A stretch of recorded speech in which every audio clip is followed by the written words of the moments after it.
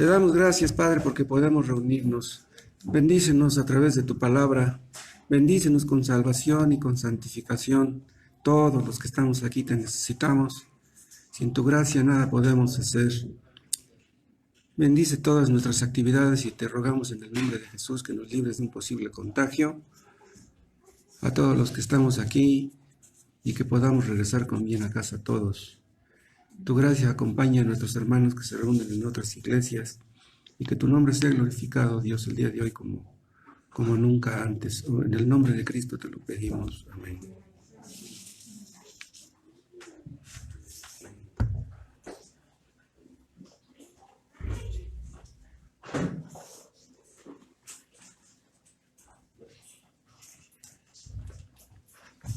Busquen, por favor, Génesis capítulo 12.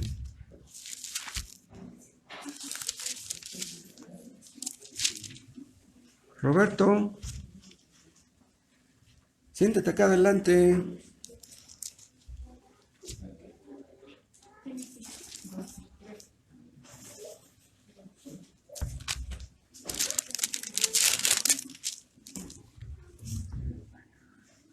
Roberto, si te vas a contagiar allá adentro, pues te contagias aquí adentro. Allá afuera te contagias aquí adentro, pues es lo mismo.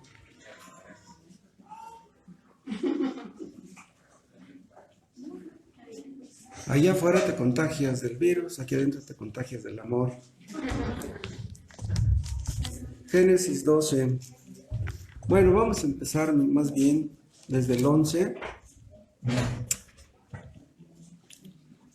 11:27.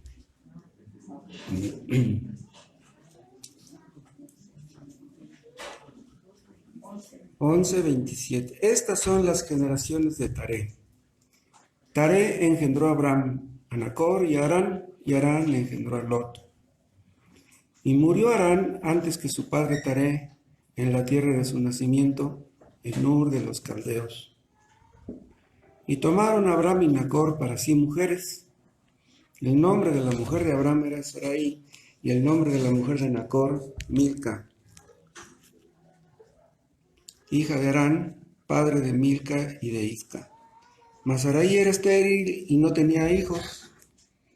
Y tomó Taré, Abram su hijo, y a Lot, hijo de Harán, hijo de su hijo, y a Sarai su nuera, mujer de Abram su hijo, y salió con ellos de Ur de los Caldeos para ir a la tierra de Canaán.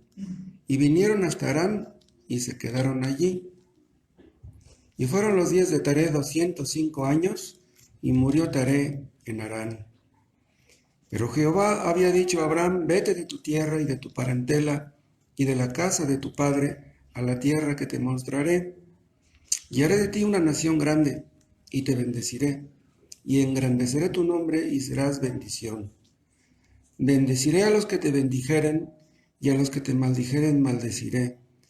Y serán benditas en ti todas las familias de la tierra.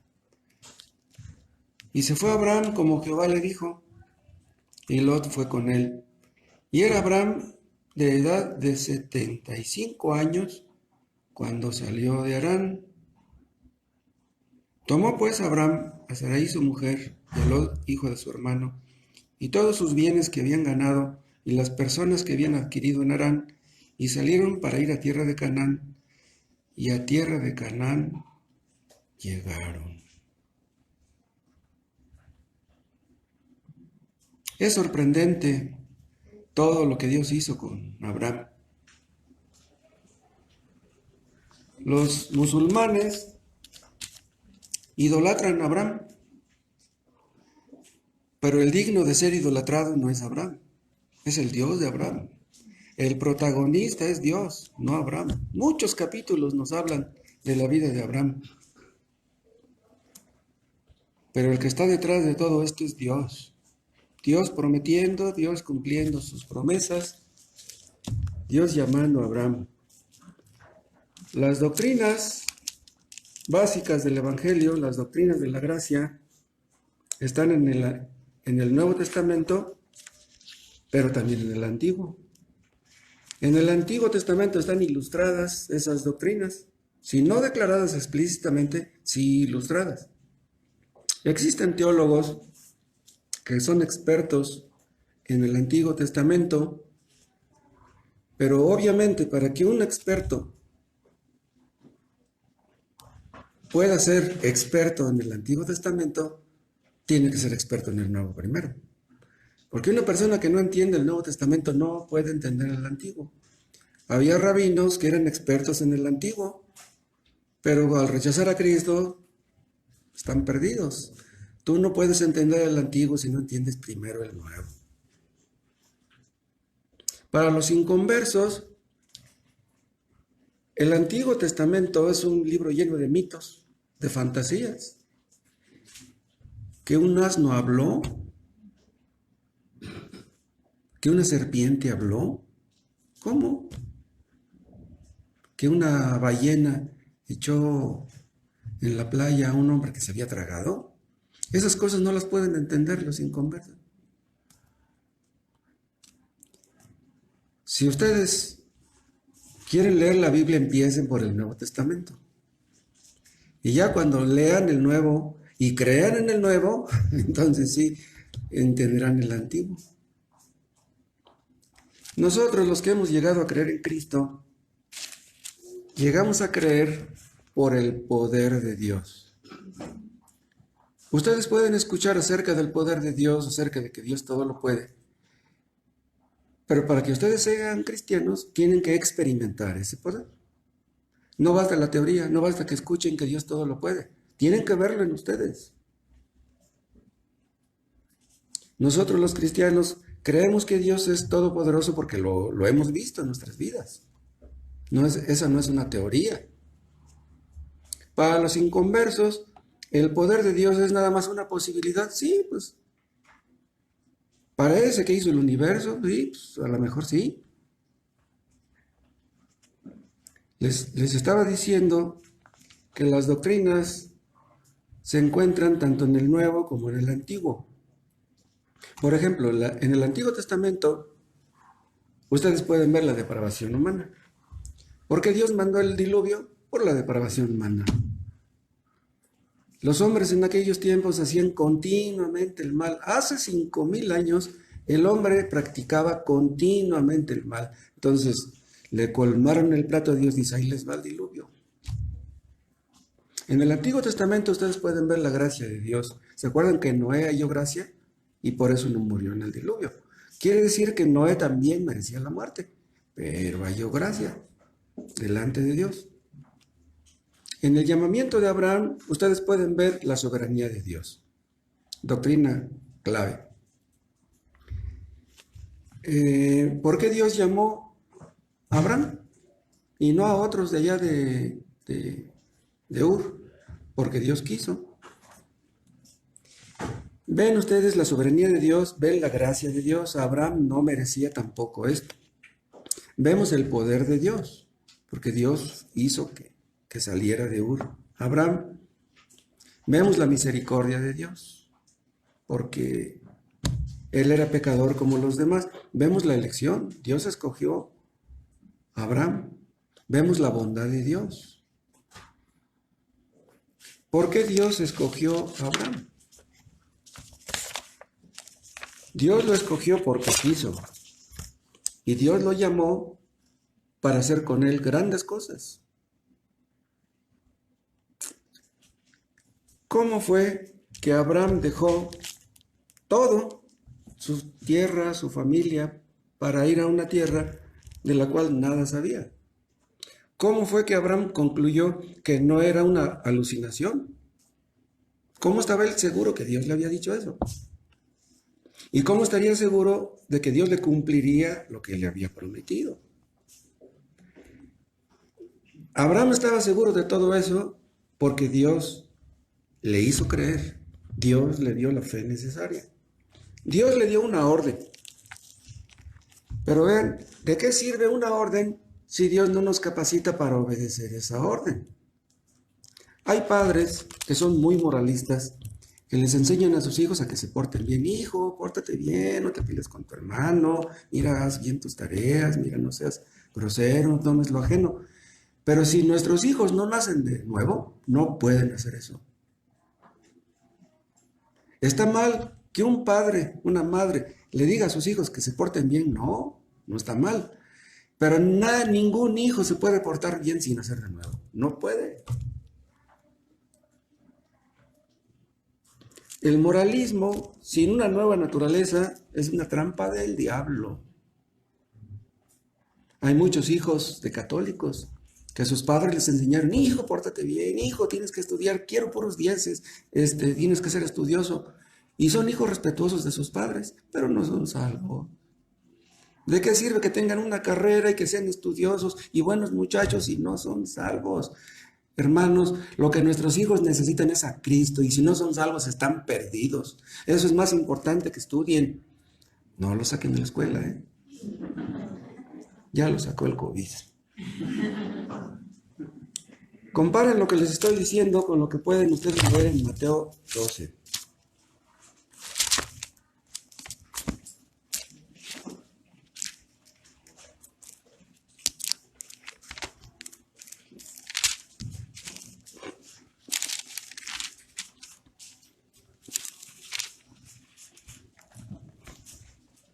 Les estoy diciendo que Dios le dio una orden a Abraham y lo capacitó para obedecer esa orden. Vean Mateo 12, 10. 12:9. Pasando de ahí vino a la sinagoga de ellos. Y aquí había allí uno que tenía seca una mano. Y preguntaron a Jesús para poder acusarle: ¿es lícito sanar en el día de reposo? Vean, había un hombre en la sinagoga que tenía seca una mano. Quiere decir que su mano estaba muerta, inmóvil ahí, le colgaba inútil. Él les dijo: ¿qué hombre habrá de vosotros que tenga una oveja, y si ésta cayera en un hoyo en día de reposo, no le eche mano y la levante? Pues, ¿cuánto más vale un hombre que una oveja? Por consiguiente, es lícito hacer el bien en los días de reposo. Entonces dijo aquel hombre: extiende tu mano, y él la extendió, y le fue restaurada sana como la otra. ¿Cómo fue que este manco extendió su mano si la tenía muerta? Si ustedes le dicen a un manco: extiende tu mano, no la va a extender. Tiene su mano muerta. Pero en el momento que Cristo le dijo: extiende tu mano, le dio el poder para extenderla. Cuando Dios le dice a un muerto: resucita, le da el poder para que resucite, porque pues un muerto no puede escuchar la voz. ¿Cómo fue que Lázaro escuchó la voz de Cristo cuando le dijo: Lázaro, sal fuera? Antes de escuchar la voz, le dio la vida. Estaba vivo, escuchó la voz, se puso de pie y salió de la tumba. Primero tuvo que recibir la vida para poder escuchar la voz.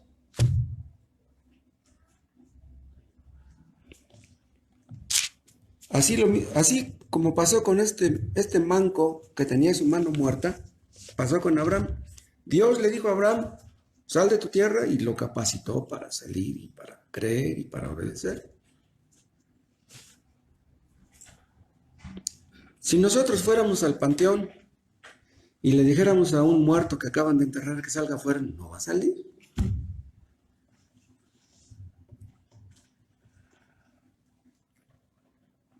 Dios escogió a Abraham para ser salvo.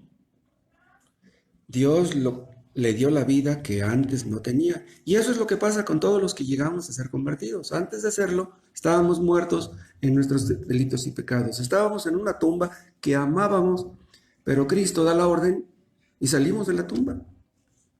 Este hombre de la mano seca, cuando Cristo le dijo: extiende tu mano, en ese momento que le dijo: extiende tu mano, se empezaron a producir nervios nuevos, tendones nuevos. Tuvo su mano nueva y pudo extender su mano. Cuando Dios le dice a un muerto que reciba la vida, te da la vida. Si tú no eres salvo, es que Dios no te ha salvado. Muchos no creen que Dios escoja, pero la elección pues es una doctrina claramente bíblica. No hay ninguna duda. Los que son salvos es porque Dios los escogió para que lo fueran. Pero muchos no creen que Dios escoja. ¿Saben por qué? Porque no creen en la naturaleza caída del hombre, no creen en la depravación humana.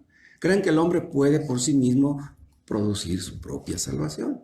Ah, pues sí, Cristo hizo algo, como que murió en la cruz, pero yo le voy a echar ganas para que pueda yo ser salvo. De mí depende. Sí, Cristo puso su parte, pero yo voy a poner la mía para que yo pueda ser salvo. No, Cristo hizo todo en la cruz para que tú fueras salvo.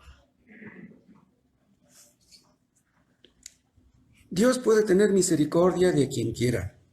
La tuvo de aquel manco, la tuvo de Abraham. Dios no está obligado a tener misericordia de nadie.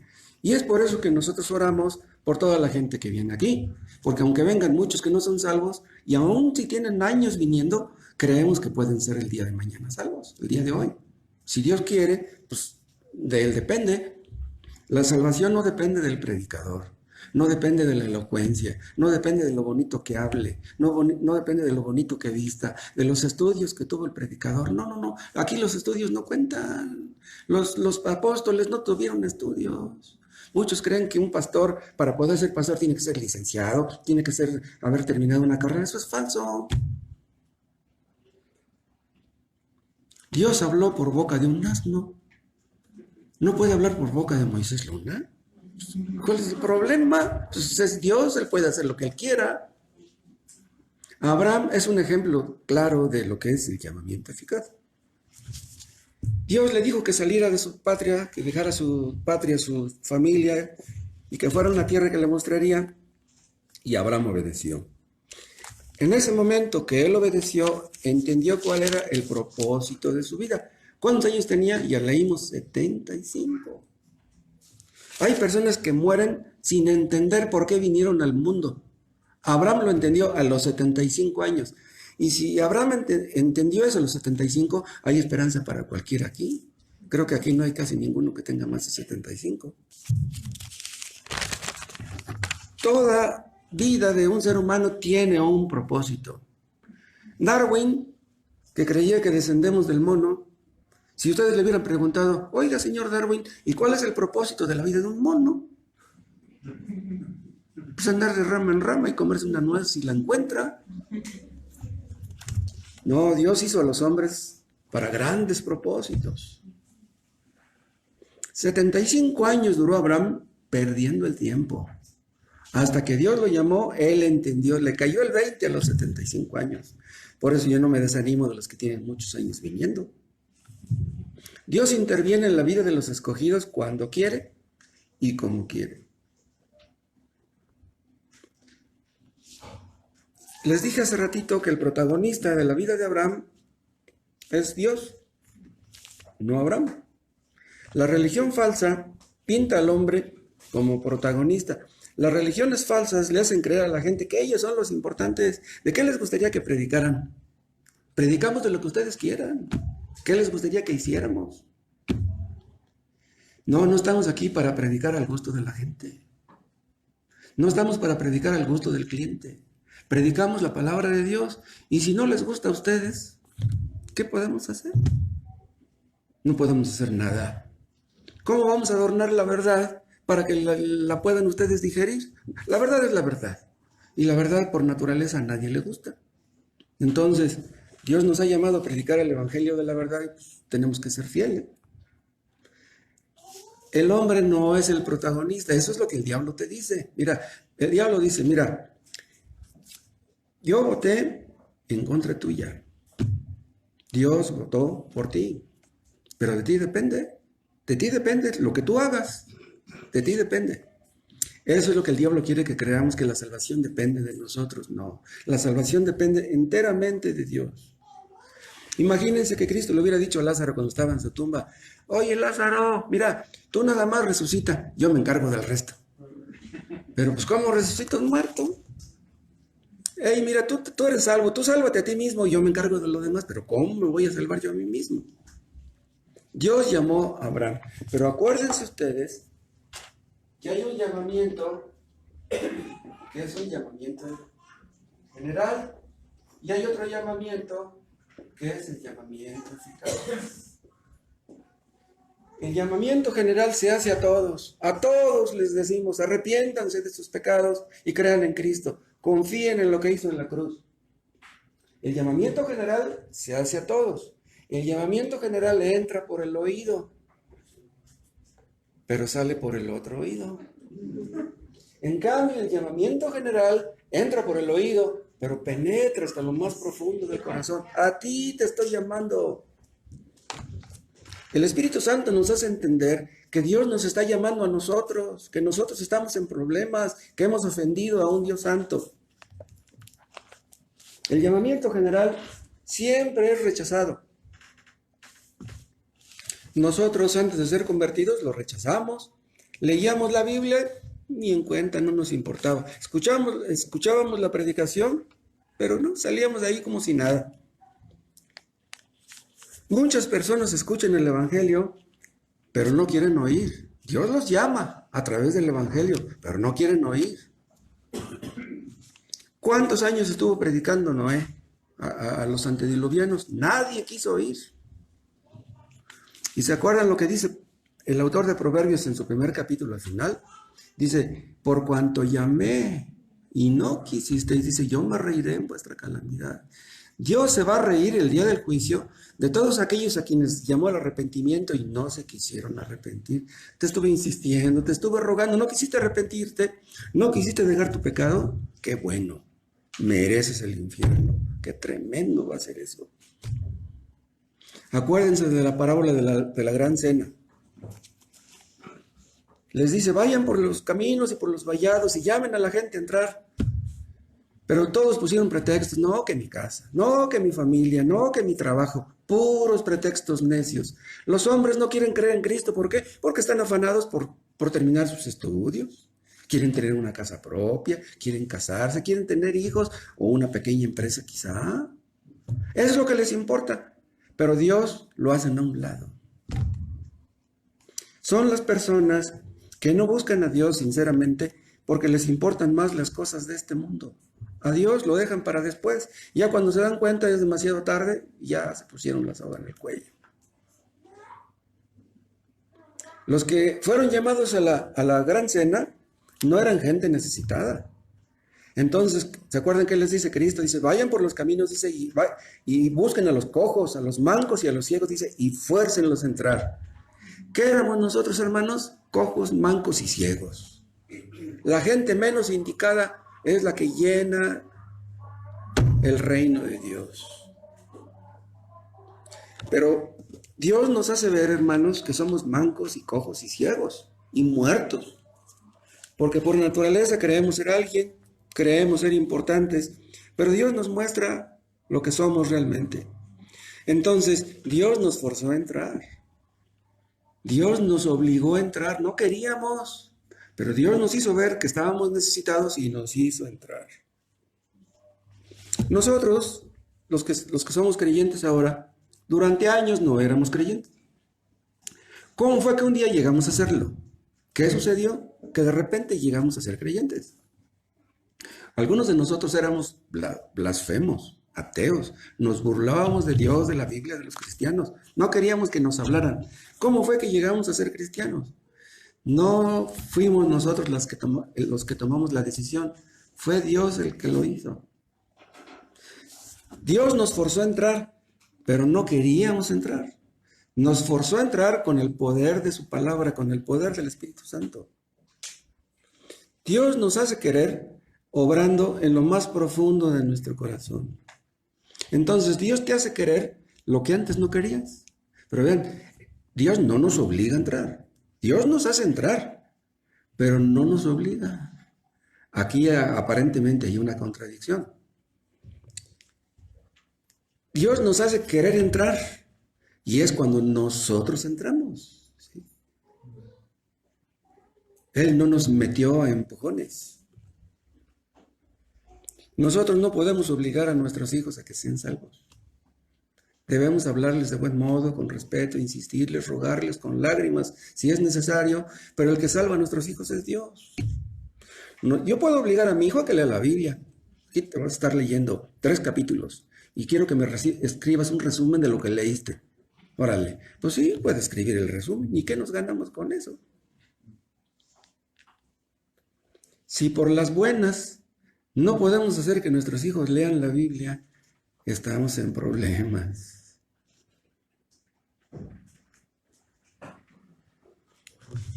Dios obra en nuestra mente, Dios obra en nuestras emociones y Dios obra en nuestra voluntad.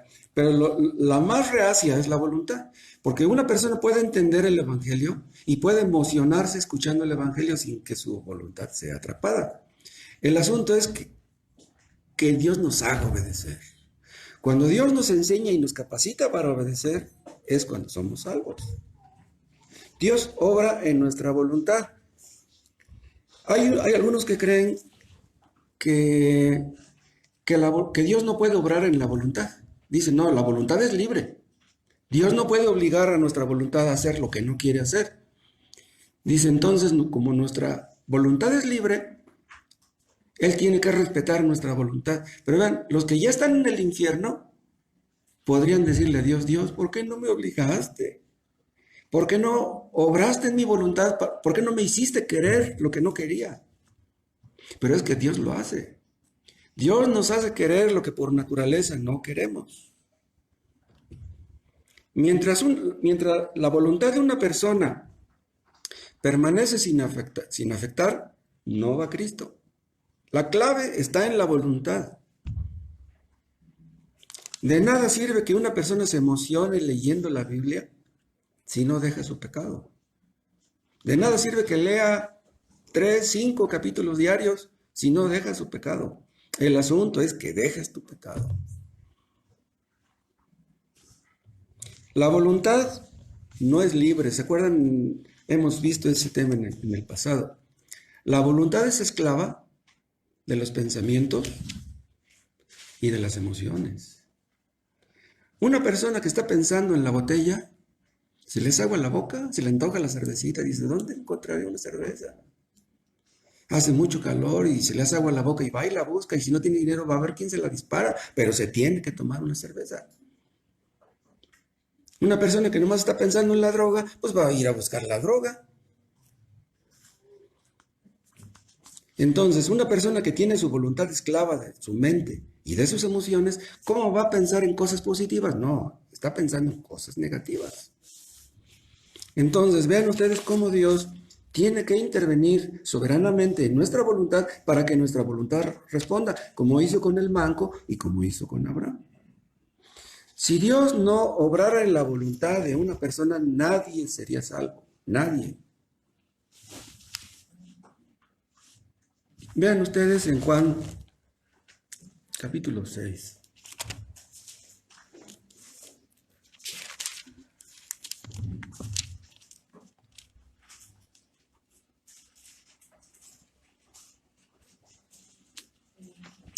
Juan 6:44. Ninguno puede venir a mí, dice Jesús, si el Padre que me envió no le trajere. Vean, este texto es determinante, conclusivo. Ninguno puede venir a mí, dice ninguno. Ninguno puede venir a mí en fe, en arrepentimiento, nadie. Ninguno puede venir a mí con fe salvadora a menos que el Padre no le traiga. Si el Padre no obra en tu voluntad no te llevará a Cristo. Es imposible. Y esta palabra ninguno no admite discusión. Y vean 6:65. Y dijo, por eso os he dicho que ninguno puede venir a mí si no le fuere dado del Padre. Ven, aquí usa otra palabra, pero a fin de cuentas viene siendo lo mismo. Si Dios no te concede, si Dios no te da que vayas a Cristo, tú no irás. Los hombres están ocupados, muy ocupados, en las cosas que agradan a su carne. ¿Y cuál es la intención de la carne? Es enemistad contra Dios, dice el apóstol Pablo. Tienen proyectos, tienen planes, tienen ideas, tienen sueños, ilusiones, pero Dios no entra ahí. Echan a Dios fuera de sus vidas. Hay personas que escuchan el Evangelio por años y se resisten por años. Cuando mataron a Esteban, los fariseos, Esteban los acusó de resistir siempre al Espíritu Santo. Esa palabra siempre no se aplicaba solamente a ellos, se aplicaba a sus antepasados. Todos los judíos por naturaleza, los rabinos de antes, todos resistían al Espíritu Santo. El Espíritu Santo habla no solamente a través del Nuevo Testamento. Los rabinos tenían el Antiguo, pues resistían al Espíritu Santo que les hablaba a través del Antiguo. Dice, ustedes les dio tanto coraje que les dijera eso, que agarraron piedras y lo mataron. Y con eso demostraron que efectivamente resistían siempre al Espíritu Santo. Pero vean, ellos amaban las Escrituras, supuestamente. Una persona puede amar mucho la Biblia y odiar a Dios. Wow. Una persona puede leer la Biblia 3 veces por año y odiar a Dios. Después dejo el pecado. Ahorita no es tiempo, soy joven. No se dan cuenta que se están poniendo en contra de Dios. Debemos pedir a Dios, hermanos, que salven a nuestros hijos mientras son jóvenes, antes de que destruyan sus vidas. Posiblemente cometan errores que los dejen marcados toda su vida, que después se vuelvan cínicos y inalcanzables. El Espíritu Santo ilumina nuestras mentes para que entendamos nuestra situación. El Espíritu Santo pone temor en nosotros, pero el temor no basta. El temor ayuda. El temor coopera. El temor afecta las emociones, pero todavía falta la voluntad. Llegó el día que cuando llegamos a ser convertidos, dejamos de resistir a Dios. Y fue entonces, cuando dejamos de resistir a Dios, cuando dejamos de resistir al Espíritu Santo, que el llamamiento se hizo eficaz, dejó de ser general y entonces fue eficaz para nosotros. Es un cambio sobrenatural. Cuando una persona llega a ser convertida es un milagro. Es un cambio que solamente Dios puede producir. Vean Juan capítulo 9. Romanos 9.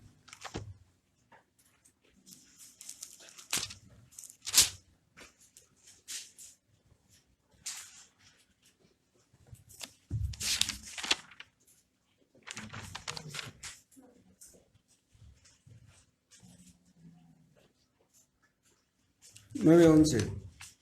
Pues no habían aún nacido, o sea, Jacob ni Esaú, ni habían hecho aún ni bien ni mal, para que el propósito de Dios conforme a la elección permaneciese, no por las obras, sino por el que llama. La elección, ¿a qué propósito obedecía? Al propósito divino. Aquí las obras de Jacob y las de Saúl nada tenían que ver, todavía no nacían. Entonces Dios tenía un propósito y ese propósito se iba a cumplir. Ese propósito es un propósito soberano, un propósito electivo, un propósito que te llama y que te conduce a obedecer el llamamiento. Entonces Dios nos vence y Él es el que hace que nos rindamos. Nosotros no podemos vencer a Dios. Muchos creen que podrán vencerlo, pero Él es el que nos vence a nosotros. Vean Primera Tesalonicenses capítulo 1.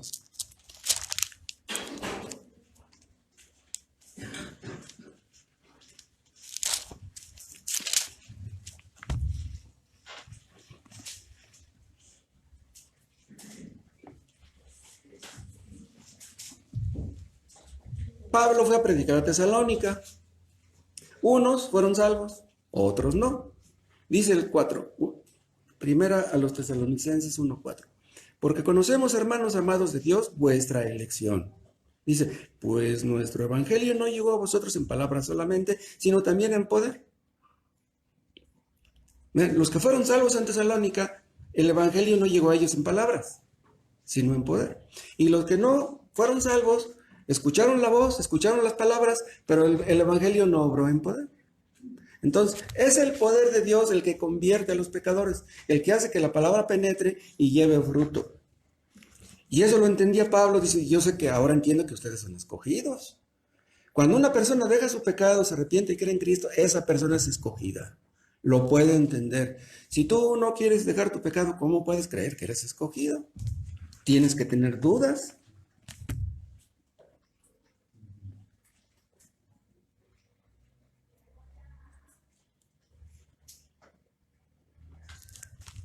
¿En dónde me quedé?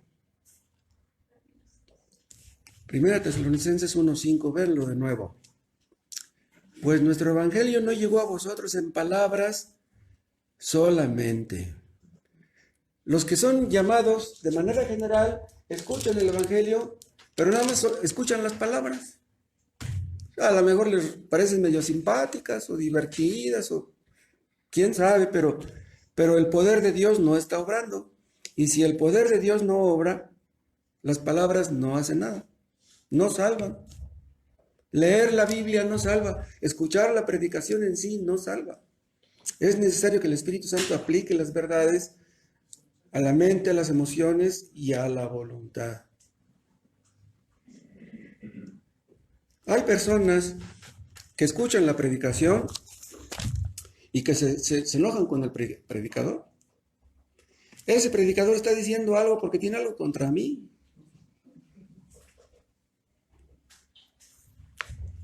Si una persona se enoja con el predicador por lo que está diciendo, es que esa persona está enojada con Dios. Hay personas que no entienden que al estar enojadas con tanta gente, en realidad están enojadas con Dios.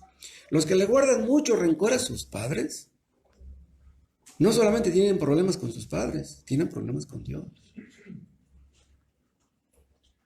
Las personas rencorosas están enojadas con Dios, están resentidas. ¿Por qué me tocó los padres que me tocaron?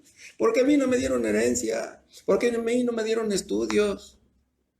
¿Por qué a mí no me dieron amor? Querían más a mi hermano que a mí. ¿Por qué? Están enojadas con Dios, pero creen que están enojadas con sus padres. Cuando una persona entiende que está enojada con Dios, le da un shock. Vean primero a los Corintios, capítulo 1.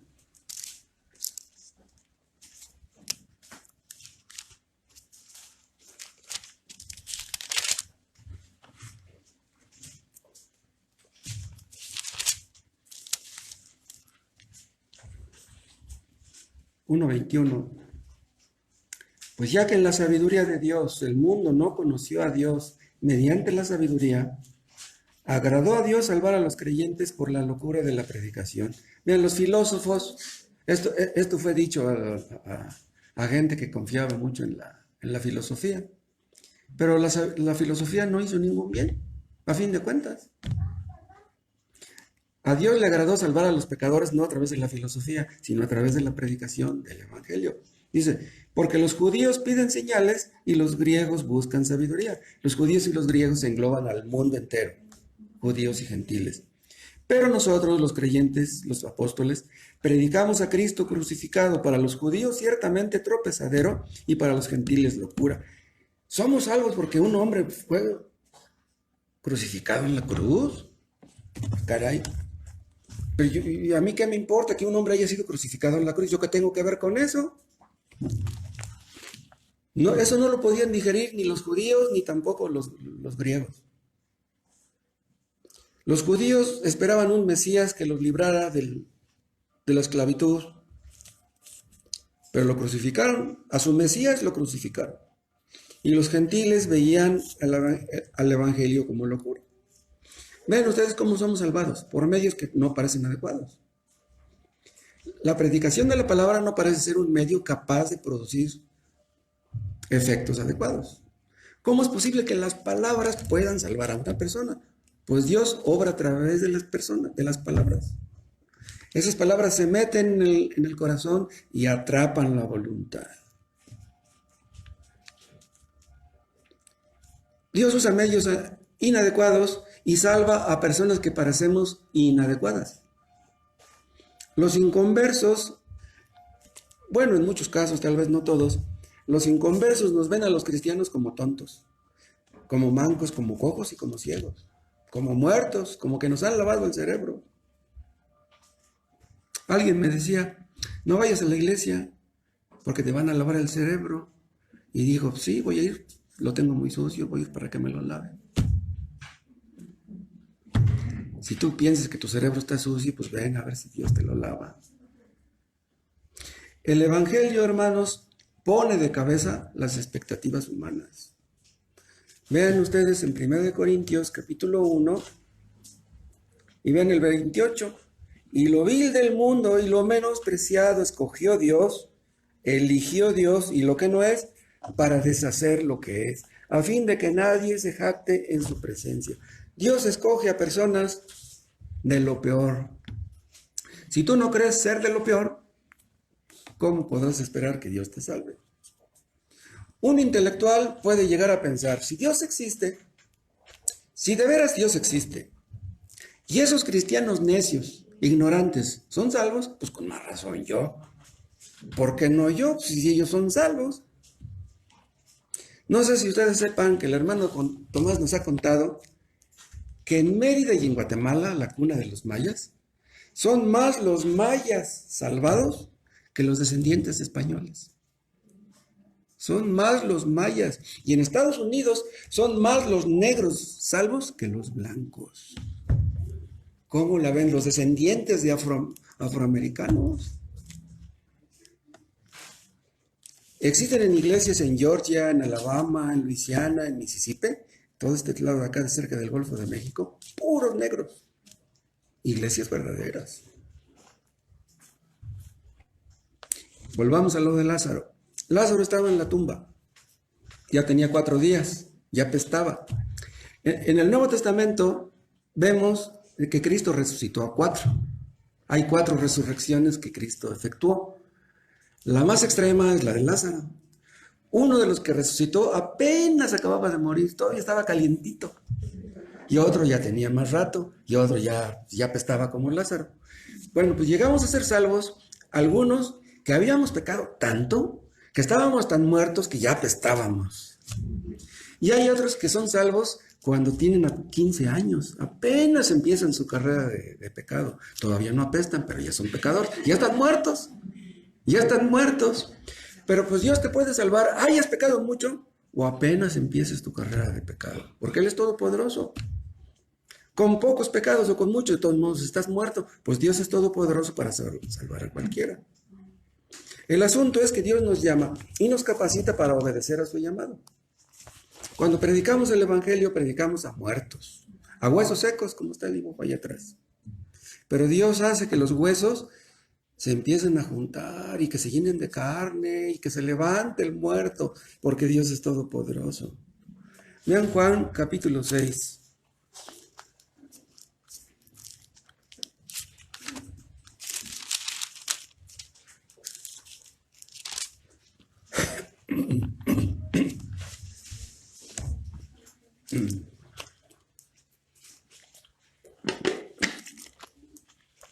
Juan 6, vean el versículo 37. Todo lo que el Padre me da, vendrá a mí. Vean, ni duda cabe. Los que son dados por el Padre van al Hijo. Dice, y el que a mí viene, no le echo fuera. ¿Cómo lo va a echar fuera si viene a Él? Si el Padre se lo está llevando, ten hijo, lo agarra, es un regalo. Los escogidos son un regalo del Padre al Hijo. No los puede rechazar el Hijo.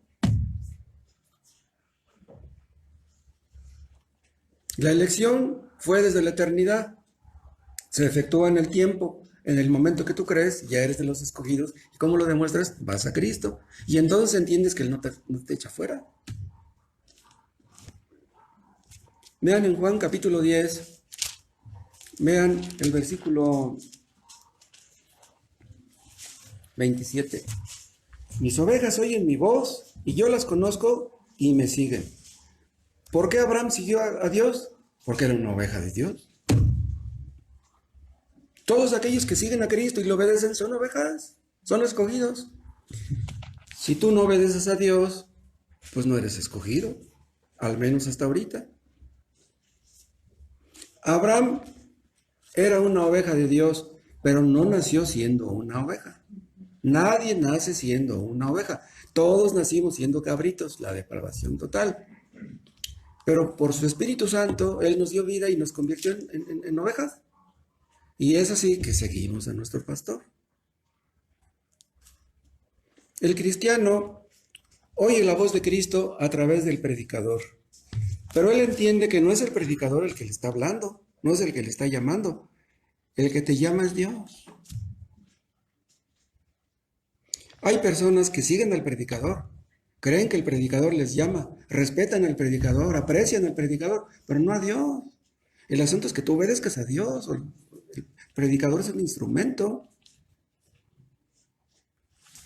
Juan capítulo 10, vean el versículo 15. Así como el Padre me conoce y yo conozco al Padre y pongo mi vida por las ovejas. Vean, esto habla de la expiación limitada. Cristo no derramó su sangre por los que no eran ovejas. Cristo derramó su sangre por sus escogidos nada más. La sangre que Cristo derramó, no la derramó por todo el mundo. Yo ya morí por todos, a ver quién me hace el favor de creer en mí. No, Cristo murió por sus escogidos. Si tú crees en Cristo, tú eres de los escogidos. ¿No quieres obedecerle? No, no lo eres. Cristo no murió por los que sabía que iban a ser condenados. Cuando Cristo murió, ya muchos estaban en la condenación. La condenación no existe de Cristo para acá, la condenación existía desde antes. Entonces, los que ya estaban en el infierno, antes de que Cristo viniera aquí, pues Cristo murió, pues ya están en el infierno, ya no pueden salir de ahí. Cristo no murió por Judas Iscariote. Cristo murió por 11 apóstoles, pero por Judas Iscariote no. Judas nunca fue oveja, nunca. Cristo, su vida da por las ovejas. Pero un pastor humano que tiene 100 borreguitos, los anda cuidando allá en el campo, y que llega un ratero y se quiere robar un borreguito, ¿le va a decir, mátame a mí, yo doy mi vida por mi oveja? No, pues llévate dos. No me mates a mí, no me mates a mí. Cristo murió por las ovejas. Hermanos, una oveja no vale mucho. ¿Cuánto vale una oveja? Pues no sé, unos 2,000, 3,000. Ustedes que les gusta la barbacoa, ¿cuánto vale una oveja? Una oveja no vale mucho. Pues Cristo dio su vida por personas que no valemos nada. No valemos ni un taco de barbacoa. Cristo no murió por los aztecas. Cristo no murió por los mayas. No. Dios castigó a Cristo en la cruz por los pecados de algunos, no por los pecados de todos. Cristo no pagó en la cruz por los pecados de los que ya estaban en el infierno. Muchos tienen la ingenua idea antibíblica que Cristo murió y que ya después que murió fue a sacar a unos que ya estaban en el infierno. ¿Cómo los va a sacar si ya estaban? Ya del infierno nadie sale. Si ustedes son ovejas de Cristo, nadie las va a arrebatar de su mano. Está escrito. Nadie que ya es salvo puede perder su salvación. Nosotros predicamos, pero no podemos salvar a nadie.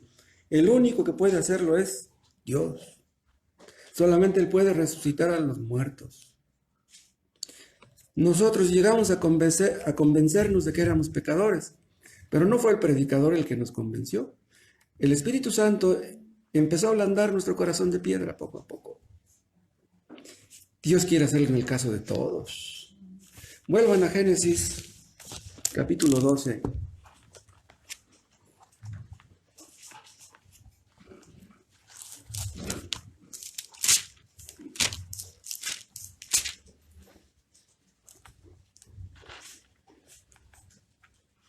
En Génesis 12:1 está el llamamiento de Abraham. Dice, pero Jehová no había dicho a Abraham, vete de tu tierra y de tu parentela, pero ¿cuándo se lo dijo? Comparen lo que está aquí con lo que dice 11:31. Y tomó Taré a Abraham su hijo, y a Lot, hijo de Harán, hijo de su hijo, y a Sarai su nuera, mujer de Abraham su hijo, y salió con ellos de Ur de los Caldeos, para ir a la tierra de Canaán. Vean, aquí dice que su papá de Abraham, tomó a Abraham y a Lot, y se los llevó rumbo a Canaán. Vean, pero no llegaron a Canaán.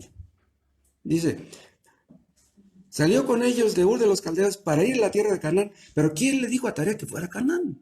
Eso no está aquí. Dice, y vinieron hasta Harán y se quedaron allí. Vean.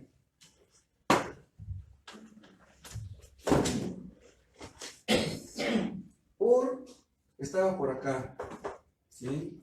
Aquí está Ur. De aquí a acá, ¿cuántos kilómetros hay? Pues no sé, como 500 millas, más de 1000 kilómetros. Desde aquí hasta la tierra prometida. Salió Taré para ir a Canaán, pero llegó a Harán. Pero si salió para ir a Canaán, ¿por qué llegó a Harán? No sé si ustedes sepan que en aquel tiempo Canaán era una tierra desconocida, despoblada, o había muy poca gente. En cambio, Harán era un lugar donde se cruzaban muchos caminos y era una ruta muy comercial.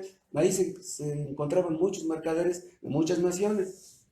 Entonces, Taré, el papá de Abraham, en lugar de llegar a Canaán, lo fue jalando el mundo y llegó hasta Harán, y ahí se quedó y ahí murió. Ahí se murió su papá de Abraham. Pero Dios le había dicho a Abraham, vete a Canaán, y él dice, no, yo no me quedo aquí. Y él se vino hasta Canaán, y aquí en Canaán encontró la tierra que Dios le dio, la tierra que Dios le dijo, la tierra prometida. Aquí encontró su plena salvación, digamos. Aquí digamos que era un prospecto, y aquí ya tuvo todo el paquete. Pero a ver una cosa, me llama la atención el caso de Harán, porque Harán pudo haber sido salvo, y por la forma en que actuó podemos pensar que nunca lo fue. Ahí se murió. Y yo me temo que muchos de ustedes les pase lo mismo que a Taré.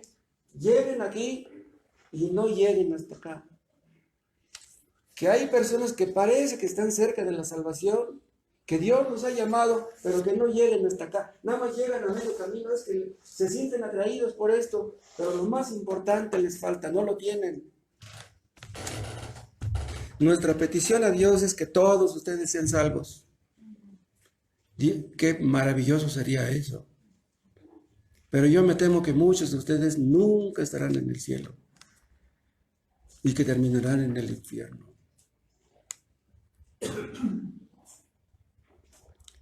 Si Dios los llama a ustedes, ustedes son responsables. Ustedes no le van a decir a Dios, Dios, es que a mí no me llamaste eficazmente, nada más mi llamamiento me llegó al oído. Si nada más llega el llamamiento a tu oído, es tu responsabilidad. Si tú no quieres valorar, atesorar la vida eterna que se te ofrece en Cristo, es tu culpa. No digas que Dios no quiere salvarte. Si tú no eres salvo, es que no has querido. No le eches la culpa a Dios.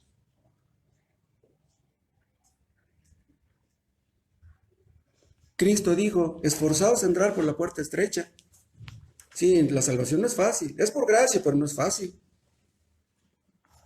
Pero si tú no haces nada por ser salvo, si no buscas tu salvación de todo tu corazón, nunca vas a ser salvo.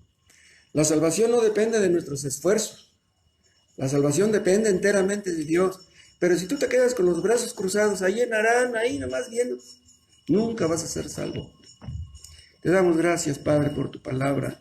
Úsala, Dios, para concientizarnos acerca de nuestra responsabilidad. Te pedimos por los que no son salvos, Padre. Te pedimos que lo hagas ya. Que lo salves ya y que no dejes que pase más tiempo. No sea que su corazón se endurezca todavía más. Y ayúdanos, Dios, a valorar el llamamiento que nos hiciste, tu elección, lo que Cristo hizo en la cruz por nosotros. Gracias por tu amor, porque entendemos que nunca, nunca dejarás de amarnos, que nunca el enemigo nos arrebatará de tu mano. En el nombre de Cristo Jesús. Amén.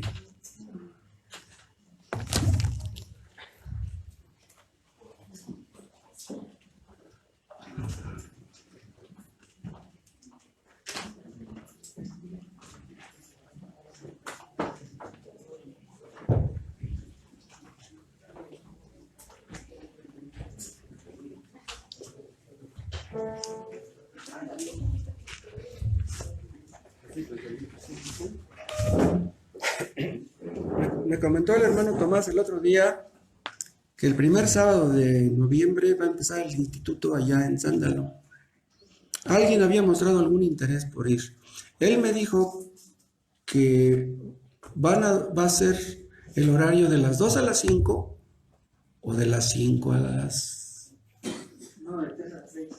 De las 2 a las 5 o de las 3 a las 6. 3 horas va a durar. El que quiera puede ir. Aunque él había mencionado que los que ya habían tomado el instituto antes, pues no era necesario que fueran, porque pues ya conocen todo el bagaje, ¿no? Pero el que quiera puede ir. No creo que vayan a ir tantas personas. Las personas que tengan interés en aumentar sus conocimientos o que quieren ser útiles en el ministerio, que quieren predicar tal vez un día, pues pueden asistir. Dijo que por lo pronto sería cada 15 días tal vez. Quedó de confirmarlo. Pero que la idea es que sea nada más un sábado por mes. Ahorita por la pandemia dijo, tal vez pudiéramos reunirnos cada 15 días. Los sábados. El primer sábado de noviembre. O sea, el día 7 de noviembre. Arrancaría. Pues como vean ustedes.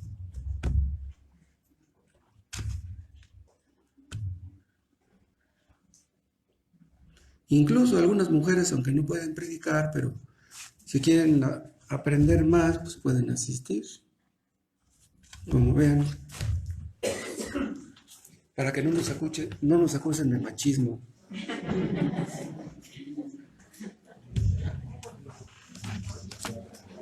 Vamos a estar en pie, vamos a tomar nuestros himnarios.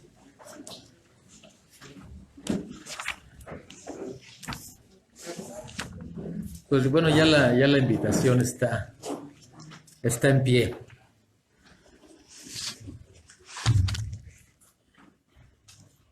Vamos a entonar el himno número 12, pero de la segunda parte de los himnarios, en la parte final, Sublime Gracia.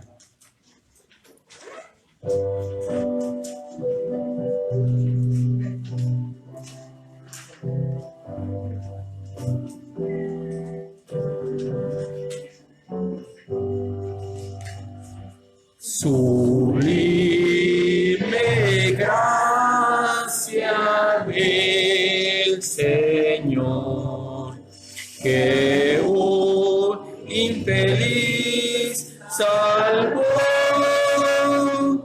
fui ciego, mas hoy miro yo, perdido y él me halló.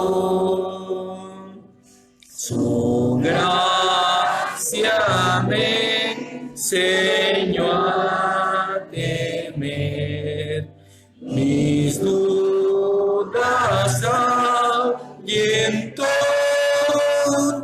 Oh, cuán precioso fue a mi ser al dar mi corazón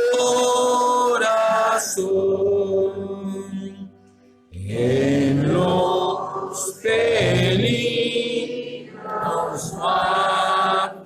aflicción que yo he tenido aquí. Su gracia siempre me libró y me guiará feliz. Y cuando en Sion por siglos mil brillando esté cual sol, yo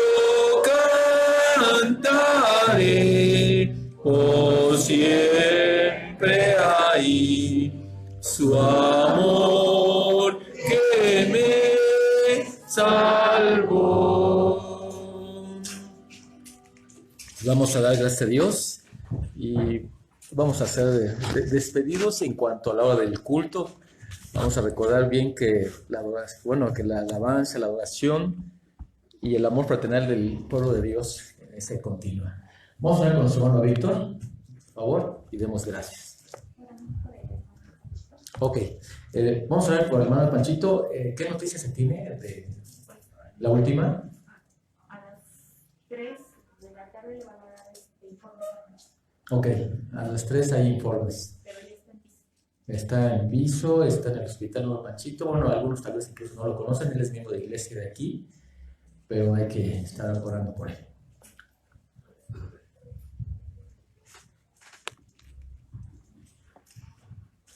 Señor, te agradecemos nuevamente que estamos aquí todos juntos a pesar de la enfermedad, de la pandemia, y estamos completamente agradecidos, Señor, por este tema tan importante, Señor, de la salvación.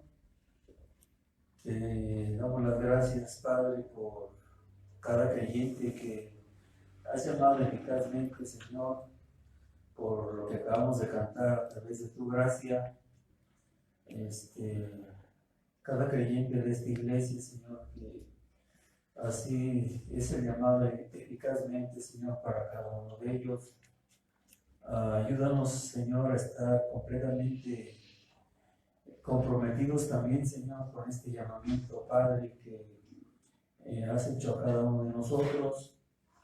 Pedimos, Señor, que pues te podamos servir más y más de todo nuestro corazón y que te podamos amar con toda nuestra fuerza, mente, Señor, voluntad, todo nuestro ser completo, y poder, Señor, cumplir el propósito de este llamamiento, Señor. Gracias te damos por ello, y sabemos, Padre, que si no hubiera sido de esta manera, pues no estuviéramos aquí, Señor.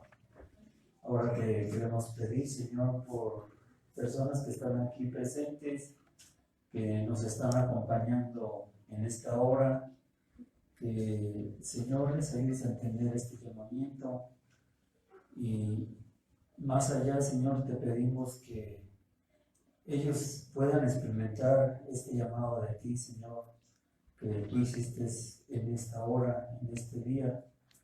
Tú quieres salvarles y perdonarles, Señor. Quieres que ellos no se pierdan y que ellos lo puedan entender y comprender. Hable, Señor, su mente, sus ojos, sus oídos, de ellos. Sabemos que dejados a sí mismos, pues se perderán, pero tú quieres lo mejor para ellos. Quieres que lleguen a la salvación. Si no fuera así, Señor, no estuvieran aquí. Pues te pedimos, Padre, que así como lo has hecho con cada uno de nosotros, como lo hiciste con Abraham, con toda su descendencia, Señor, y con los ejemplos que el pastor vio de Lázaro, del hombre de la mano seca, y pudiéramos decir más ejemplos que tú dices, y que nos hables a través de ellos, que así sean ellos salvos, Señor, en este día. Que vengan aquí, Señor, cargados como están, trabajados, y tú los harás descansar. Gracias, Señor, te damos por tu misericordia, por tu paciencia y por tu amor que tú manifiestas en estos días, Señor, de tribulación, de angustia, Señor, de la enfermedad y de todo lo que está sucediendo, no solamente aquí en este país, sino en todo el mundo. Señor, que tu palabra no regrese vacía y que cumpla los propósitos por la cual tú la has enviado.